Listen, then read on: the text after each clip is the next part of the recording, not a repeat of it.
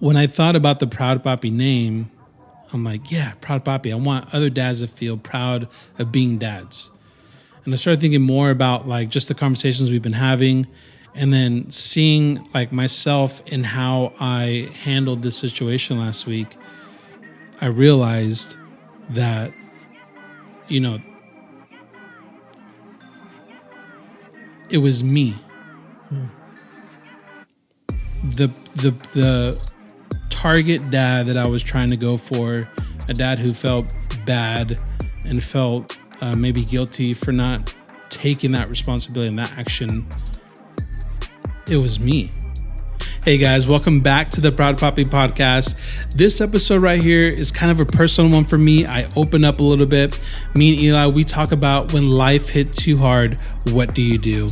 Go ahead and check it out. Which is actually a good way to start the podcast. So, which, you know, thank you guys. But the podcast, like, there's been like, I don't know the exact number, but it's been like maybe 40 people that have started following the podcast. Oh, cool. On social media. Oh, thank you. And I know, thank you guys. So, and you know, so we rebranded. Yeah. Right. So Proud Papi started in the beginning of the year, which is only, you know, what are we, like 9, 10, 11, 12 weeks in or whatever. And before that, like for almost a good part of last year, I was doing the Chop Shop. So obviously a lot of people came over from that, but it's just crazy to think from last January to this January, well, now this March, that 340 people follow the Instagram page. That's pretty wild. And now you kind of take that with a grain of salt, right? Because like Instagram, well, some pages are more not real. Just take the number. But I'm gonna take every number. But it's been really cool to see the growth on the social media page since we've done Proud Papi. Yeah. Since it's rebranded, since we've been putting clips on there weekly, multiple times a week. It's been really good. But it's like you said, you know, like I think the beginning was kind of like, okay, is this thing ever gonna like? Are people gonna check this out or not? Is it just my crazy idea, or is there dads out there that need an encouraging, funny, sharing the highs and lows of fatherhood type of podcast that they can relate with? And it's just cool to like now start to see the beginning waves of that, of like dads. Well, you know, and a lot of that I think it starts with you and like your drive for doing that. Because I mean, like I know when I first started coming on, like I came on because I saw you were more serious about wanting to do something. Yeah. Because I've seen, and not that I'm trying to drag on you or anything like that, but you're a man of many ideas, right? My ideas are daily and crazy. Yeah. And so, you know, sometimes it was always kind of the follow through of like, oh, you know, I wonder how long this is going to stick around. And I think you really hit your stride when you're like, I was thinking about rebranding, and then we hopped on that call together, and we were like able to kind of focus that a bit more. Right. And then, you know, I do the filming and the initial edit, but you're doing most of the editing yourself too. So, I mean, a lot of that and is consistency, you know, is a big factor to that. So, but I mean, honestly too, the flip side of that is, I don't know how good this podcast would be if it was like the Chop Shop format where it's just me by myself on camera the entire episode. You know, I don't know if it's as engaging, although I'd be looking into it, right? But like, I don't know if it's I think people are enjoying the conversations we're having. Yeah. I think the type of conversations we have, the honesty, the vulnerability, because we're not just talking about like, here's the thing. Like, I never wanted this podcast to be everybody listen to me because I know like everything about fatherhood. Yeah. Because I don't. Like, Abel's my oldest son, and he's going to be 10 in October. So, like, if anything, it just feels like I'm just getting lifted off the ground. But I wanted the podcast to be real conversations, honest conversations about fatherhood. Yeah. The highs, the great days, but then also share, like, the lows, the days that is hard. It feels like you don't know what you're doing. So, well, and that's why this has been, like, so fun, because I feel like we've known each other a long time. Some would say our whole lives. Some would say that. Yeah. Some would say our whole lives. Yeah. But, you know, we've seen each other kind of grow. You've known me your whole life, but I haven't known you my whole life. Wait, no, I don't think that's the thing. Hi, James. Hey, Bubba. you going to bed? Okay, I love you. Good night, baby. But there's a part of that of like I've seen you like as a man kind of grow up and then kind of go into a fatherhood and kind of see that, and so there's always going to be those like moments of like that guy's a dad, like I remember when that guy was like wrestling us around and throwing us around and was a rebel without a cause, and now this guy's a dad, right? So. Yeah. Well, I mean, I'm saying all this to say thank you so much for engaging, being part of the conversation, following, listening, subscribing, commenting, everything. It means a lot. It makes me feel like, okay, this thing there is people out there that want this thing, you know? So, because, you don't make no money. I don't make any money. No. I definitely don't make no money off of this. So, you spending money. I am spending money. So, and I'm away from the family. So it feels good to like kind of feel like, okay, there's people that enjoy the podcast, Well, actually, I meant to tell you this about before. I think would be a really interesting conversation is how do you balance Ben as a dad and Ben as like a man, as like Ben as like the father and husband, and Ben like the 36-year-old guy that sometimes just wants to go out at night and has his own dreams and passions and stuff. So we can talk about that in a future episode. Let's pencil that one in for a future episode. Sure. That's a great conversation.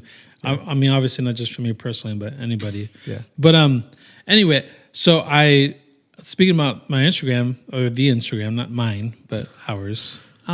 Yeah. All of our collective Instagram page. But I put on the Instagram, hey, like if you have questions or any dad jokes, hit me up. We had one. Hey. But I got to share this joke with you because it's pretty funny. It's a joke. Okay. And it's from one of our fellow dads, Oscar. Oscar, thank you so much for sending in this joke. Here's what he says. You hear about the guy whose entire left side got chopped off? No. He's all right now.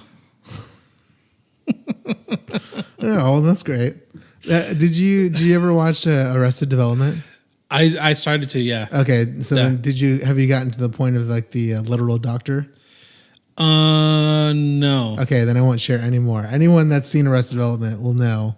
But it's really funny. It's not as big of a shocker. His whole bit is that he says something that be constrained as like, oh, he's okay, like kind of thing. Yeah. But it's not like it's not at all. So I'll let the rest of the jokes carry on. But, okay, is that in season 1 or 2? No, I think it's. I'm definitely not. I think it starts in season 2. Okay, maybe into season 3.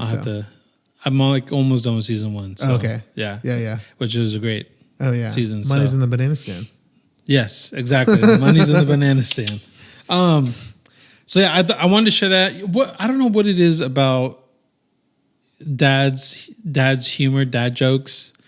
The dads have the rap of like really bad jokes.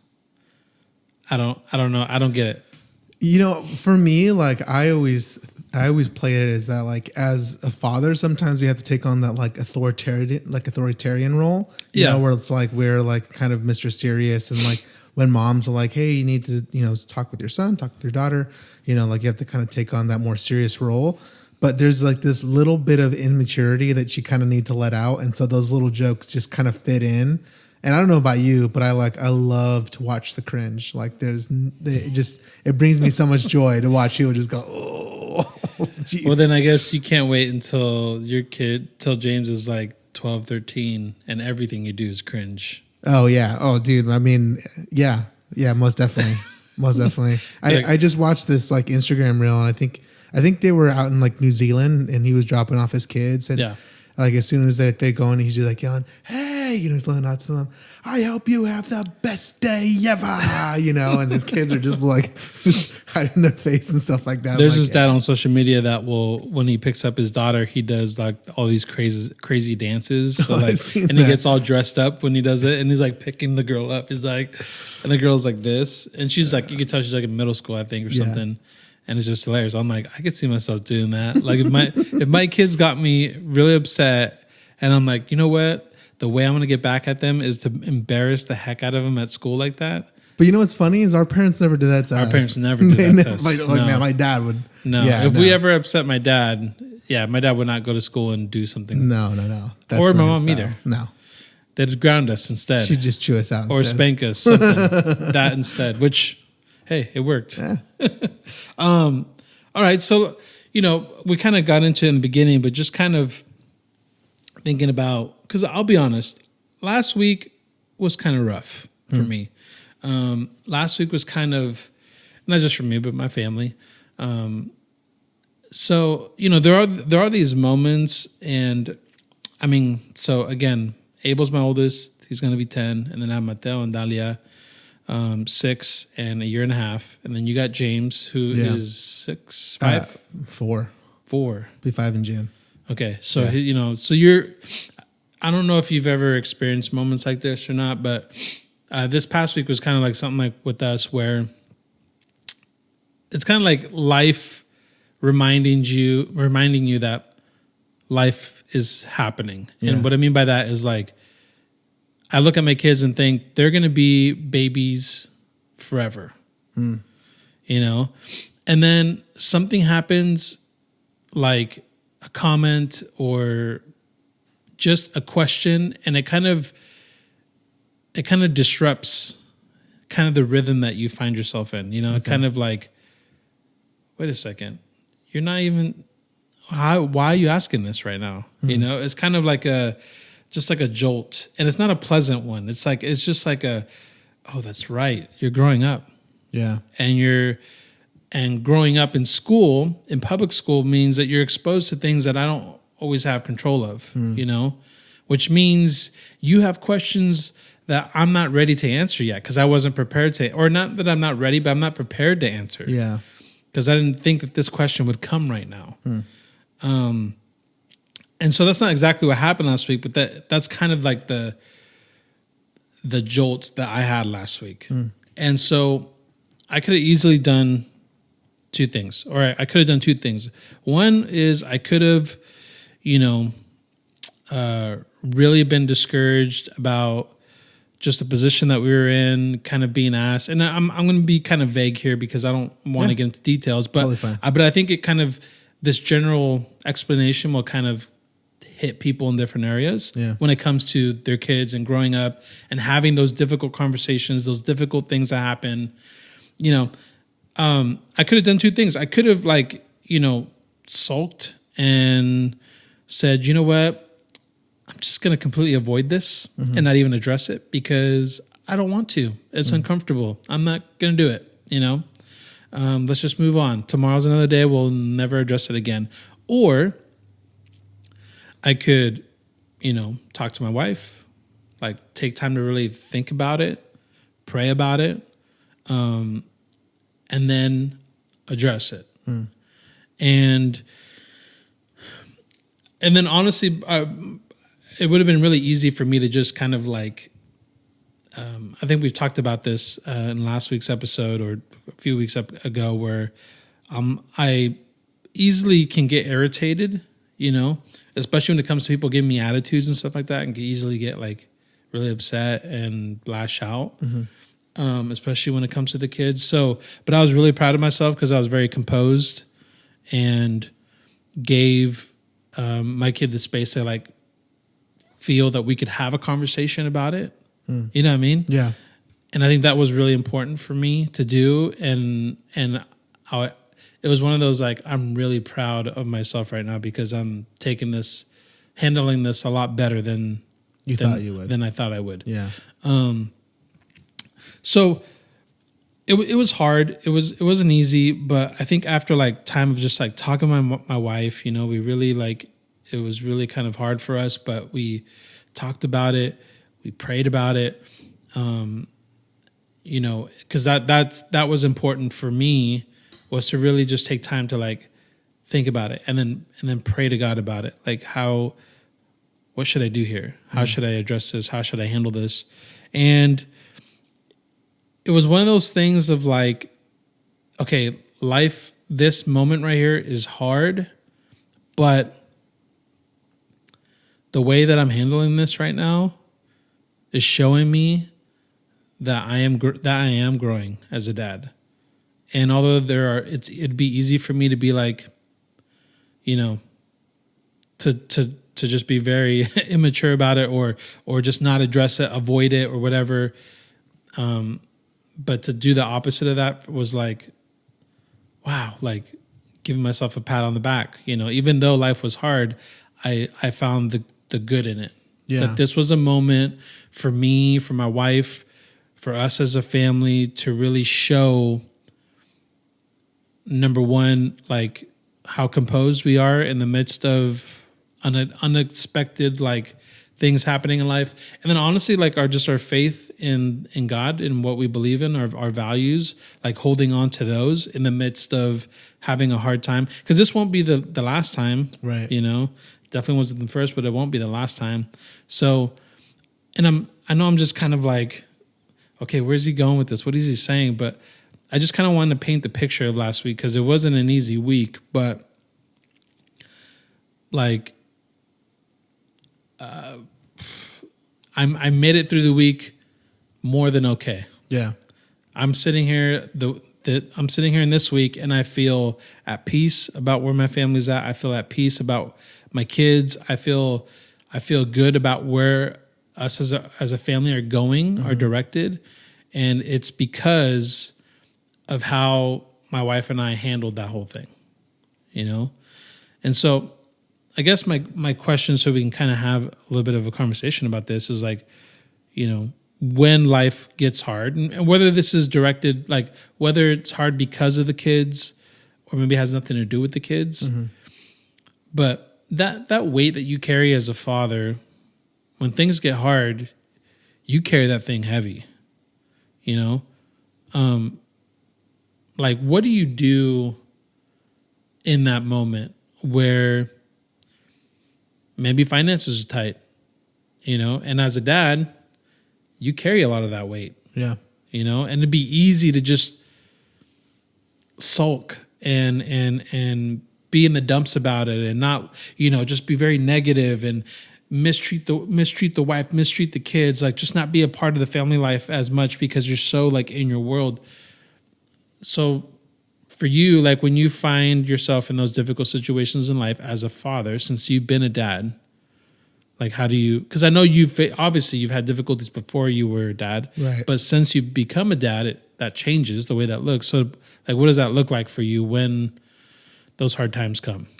I think even though you felt like your explanation was kind of like, where is he going with this? Yeah. I feel like that's a perfect representation of what it feels like in that moment. Okay. Because it feels like, because it doesn't make any sense. There are so many, and I find this like really interesting because I usually don't find myself in many of those moments, but when they do happen, like they hit me like a truck. Like I am very much like go with the flow guy. Yeah. Like I don't have very many like worrying thoughts. I don't have like a lot of anxiety. In fact, my wife always asks me, she's like, how do you go to sleep like so quickly, like at night? I said, it's really easy. I don't think about anything that happened the day and I go to bed.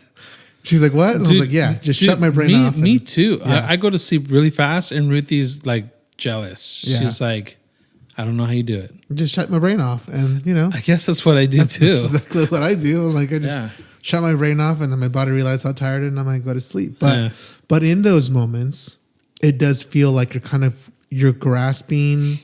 It feels like quicksand. It feels like you're grasping for those roots and like, you know, like those things you would normally grasp for, and they're just pulling apart, and you keep sinking. Right. And so, you know, like in that situation, the best thing you can do is to slow yourself down, which is so counterintuitive to what you would normally want to do. For sure.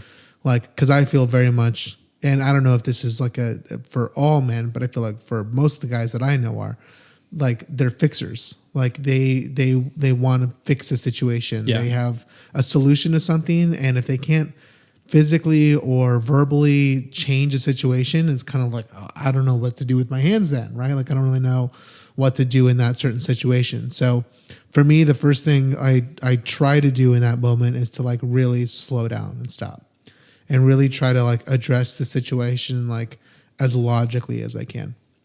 Because what I find is I will come up with one of like two solutions. Either A, the solution is that I'm going to have to try harder than I have now.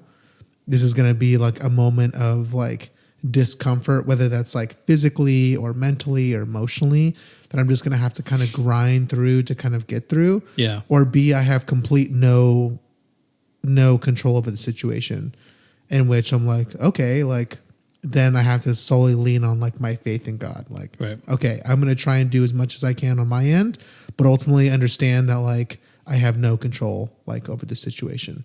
So, you know, as much as I can would include asking for the help of others. I have like 2 or 3 guys that I'm really close with that when I'm really struggling through something, they're the guys that I give a call to.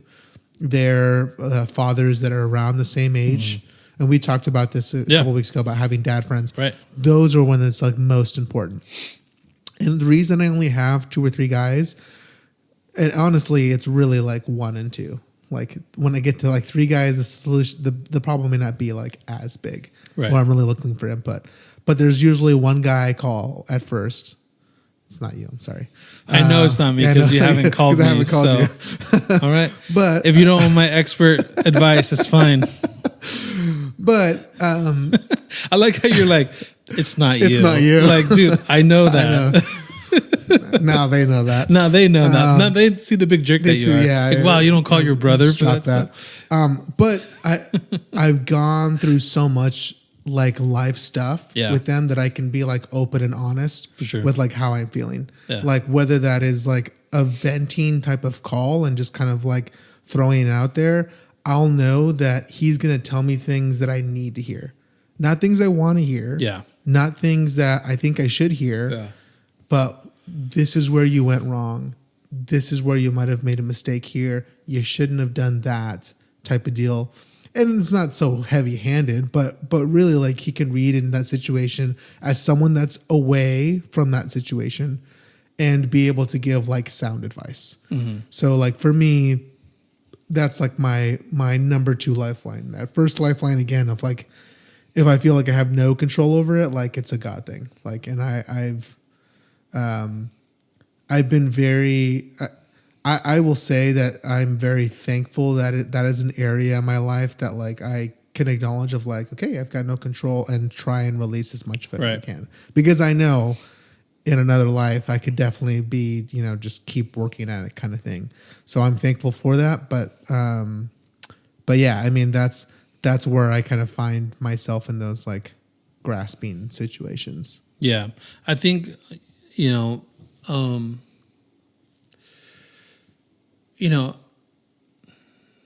because so the importance in having dad friends, like we had a whole episode about that, and it's so true because I as well, I have guys that I can call, and in fact, I didn't call him, but I saw him at church on Sunday, and I shared everything. I was like, hey man, this is what's going on. This is what I had to go through. Like I don't, like I'm good, but I also need to like share this because I just feel like I need some support from somebody who knows what's happening. Yeah. You know what I mean? Yeah. And so, and I shared with him and he prayed with me, and man, I felt like afterwards, I felt like there was no more weight. Yeah. Because now this other dad that I trust, that I love, and I see the way he fathers, I'm like, that's the type of dad I want to be. Now he kind of like picks up that weight with me. You know what I mean? Right. So it makes it a lot easier when you have dad friends that you can lean on, you can call and just share with them. Hey, this is what's going on. What do you think? What am I missing? Yeah. Hey, let's pray together. Like, I don't know, give me some words of encouragement, some advice I can have that I can use right now because I need some help. Yeah. And I think that that's something that guys have a hard time admitting. It's like, hey, I need help. When it comes to being a dad, like, hey, I need help, because we feel that is some indication like that we're failing or we don't know what we're doing. And it's like, well, yeah, because there's going to be moments that you feel like you don't know what you're doing. Yeah. I just hope for me, I never get to a place where I feel like I don't need help. I'm good. I got this now. Yeah. Well, and that's the other thing too, is like just the encouragement. Like sometimes you just need to hear, you know what, I think you handled that really well. Yeah.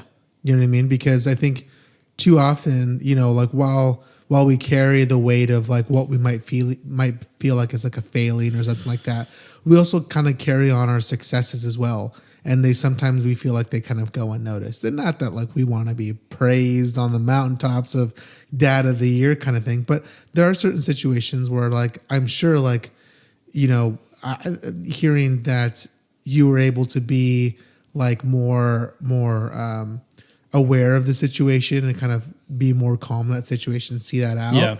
That's awesome, dude. Because I know that struggle for you. And so like anytime you can have those moments of like, well, that was very out of character for me, like that's one of those things that like should be celebrated, because, otherwise we just feel they go unnoticed, and then we have less likelihood of wanting to do those things again. Right. And like for me, like I don't, share that stuff to go, look at me, how great I did. I say it for me because I do know. And Ruthie made a comment afterwards. She's like, you handled that very well. And I was like, I did, and honestly, I'm like, you're right. I did. Like but I say that to show like, I'm growing as a dad. I'm learning too, I don't have this all figured out, but when I see something like that and I know that it's not how I did it before, and that's what I'm doing now, I'm like, dude, I'm growing. I'm doing what I'm supposed to be doing. I'm going in the right direction. I'm becoming the dad that I want to be, And so I think it's important, like, for dads to know, if you're listening to this, if you're watching this, to know, like, if you're in a hard time and you don't know what to do, you don't know what to say, like, this is where you need to lean in on your community, on the guys that you trust, other dads that are around you, and ask for help. Yeah. And ask for help. And it doesn't mean that you're failing. It just means that you don't want to fail at this. Right. Well, and I think you brought up a really interesting point. This can be a whole nother conversation, but like so much of that surprise comes because we forget of how much influence is happening to kids when they're outside of our home. For sure. There's so much like, worrying responsibility about being good in the home. And especially with you having, grade kid, children, they're going to spend, 30 hours like a week at least, outside of your house. Yep. And that's a long time. That's a long time. And so you don't know what's happening in those conversations. Maybe you can speak a little bit to, what are ways that you kind of position your kids, when they go out there? What are some ways that you try and help them to kind of navigate, hey, here are some of the things you might see, here are some of the things you might hear, to like instill them like, what type of family you want to, what kind of legacy you want to carry? That's a great question. I know that can be a whole nother conversation for sure. No, that's a great question, but I think that will eventually be another episode. But I'll say this, like, I feel that, I don't know.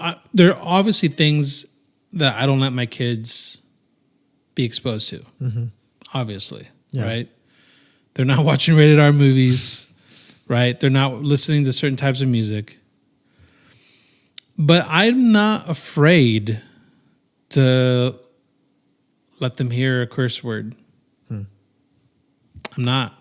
I'm not afraid to, because look, we watch wrestling. Actually, recently they've been pushing the boundaries a little bit, right? Yeah. With the language and some of the violence that's shown. Thankfully, it's not like in the 90s with the women that are wearing nothing, but the other stuff where like the language, the more aggressiveness, they're starting to kind of get back to that a little bit. Mm-hmm. But I'm not afraid to let the kids see some of that, because they're going to hear it at school. Mm-hmm. Like Abel's 9 these kids talk like they're in their 20s. You know what I mean? Yeah. Like they're using language they shouldn't be using. Like, so he already knows. Mateo knows already. Right. And so every time there's a bad word said on a movie, now again, I don't let my kids watch everything, but I'm saying all this to say, like, I'm not afraid of letting them see some of this stuff because they're gonna see it. I take that moment to say, yeah, that's what they said. They said a bad word. We don't talk like that. You know, I can enjoy this movie. I can enjoy this show, this wrestling program, and still not partake in how they talk. And like in wrestling, it's like, boys, obviously you know this is fake. And I tell them it's fake. It's not real. So we obviously don't go out and start beating people up for real. DDTs. Right? For real. But every time I drop them off at school, I say a few things with them. I say, hey guys, have a great day. Remember that we love you. I love you. Mom loves you. Jesus loves you more. Be kind. You know, be caring for others. Have a great attitude. Have a great day. And Jesus is with you. You know, and I let them go. And from there, honestly, like my prayer is just like that something in what I just shared with them will just stay in their minds for those moments when things come up that they're like, oh, do I do this? Do I not? Do I say this? Do I not? How do I, you know what I mean? Like, yeah. And I feel like for the most part, my kids have done a great job. You know, my kids are great in students. They're good in their reading. From everything that I hear, they're great to have in the class. So I think about, you know, we could talk at a different time about like, you know, how to kind of protect them or, you know, what you're exposing them to or how to get them ready for that. But as far as like what I do every day when I drop them off at school, like that's what I do. And then Ruthie's the one that picks them up, you know?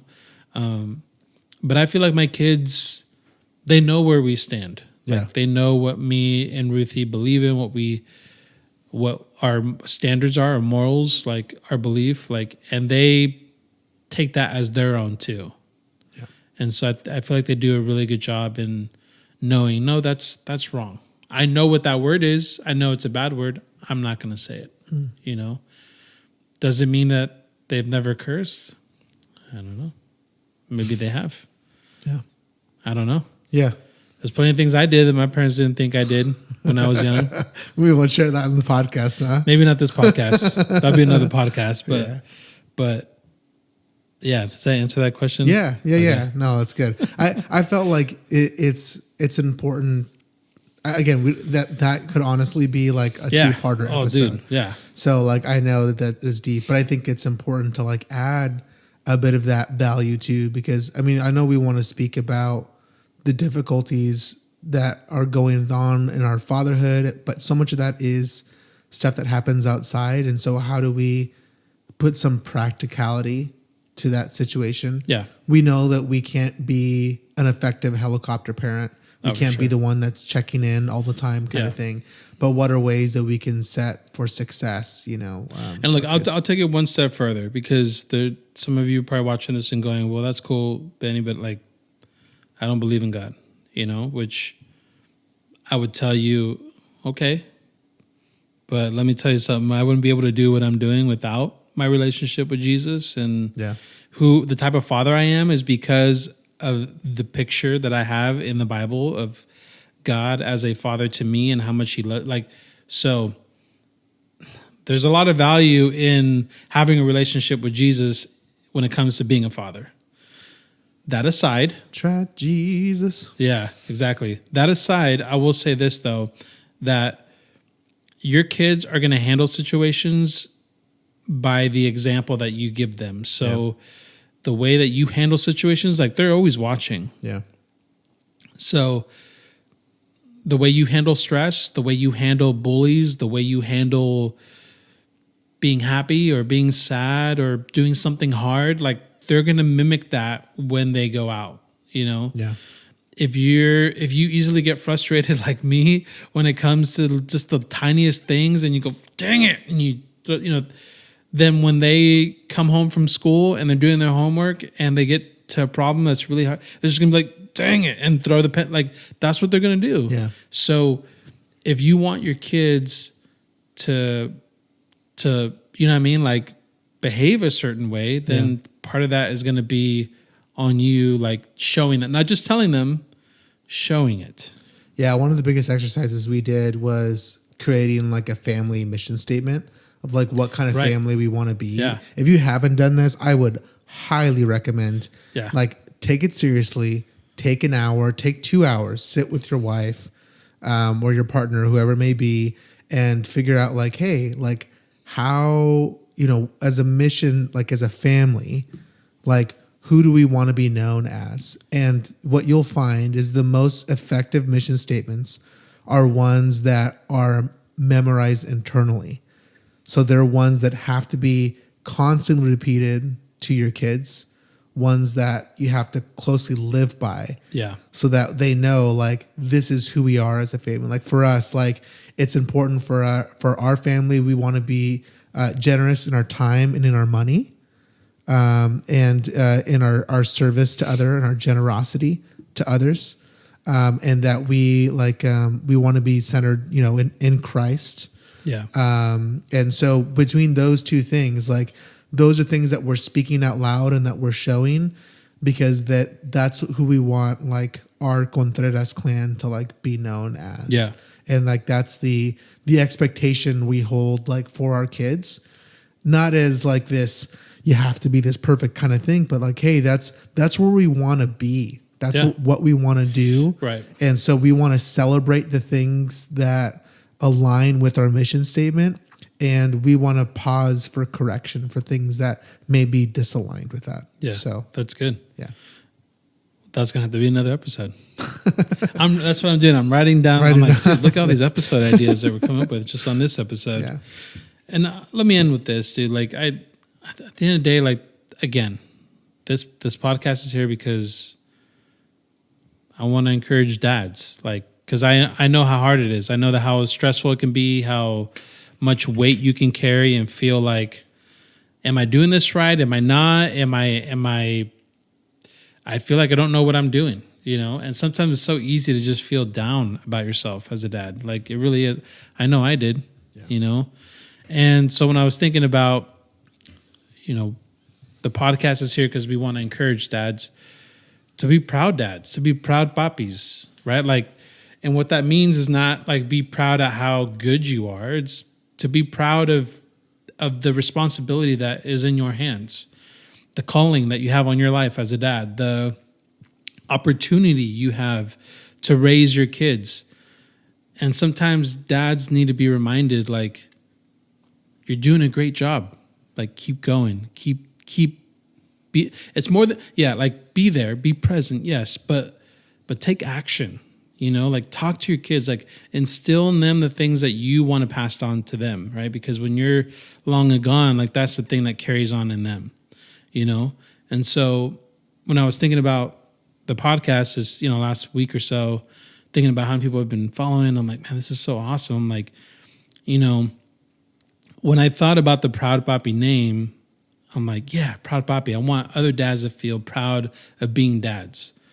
And I started thinking more about like just the conversations we've been having, and then seeing like myself and how I handled this situation last week. I realized that, you know, it was me. The target dad that I was trying to go for, a dad who felt bad and felt maybe guilty for not taking that responsibility and that action, it was me. And in that moment last week, I realized in just a short amount of time, these conversations we've been having, we were like, yeah, we're going to do good. It's for other people. Like, it's going to be great for other dads. Like, yes, but it was also for me. Yeah. You know, and having that moment of, man, like I'm like proud of how I handled the situation and proud of where I am, you know, that is the like that is what I want dads to feel out there, it was that moment that I felt last week. And I realized, and it just made this like connection, right? Like, oh shoot, like the papi that I'm talking to is me. And it's almost like, start thinking about all the conversations we've been having. And I'm like, yeah, those were all conversations that I needed to hear, you know? So it was kind of this like cool, like moment of, wow, well, at least I'm listening to the podcast episodes and getting something out of it. You know what I mean? But I just thought that was really cool. And so again, if you're listening to this, if you're watching this, I know it could be hard. I know life will hit you when you least expect it, and things are going to get harder as you go on. But if you keep going, you're going to get those moments of like, wow, I handled that differently. I handled that so much better than I did 3 months ago, that I did 8 years ago, that I did last week. And when you find that moment, be proud that you're taking those steps of being the dad that you want to be. And so I just want to end this episode on that, is that just to encourage you to keep taking steps forward and be proud of the calling, the responsibility, the opportunity you have to be the dad to your kids. Hey guys, thank you so much for joining us this week. And before we go, I just want to remind you, Dad, wherever you're at, it may be hard, it may be rough. Sometimes it feels like you don't know what you're doing, but I just want to encourage you that you matter, that your responsibility, the calling, the opportunity you have to raise your kids to be the dad that your kids deserve is worth every trial, is worth every trouble, and I believe in you. If I can make growth, if I could see me mature in my fatherhood, then I know that you can do the same. So don't give up. Keep pressing forward. Apply some of the things you learn and watch how you grow as a dad. Love you guys. Until next time, peace out.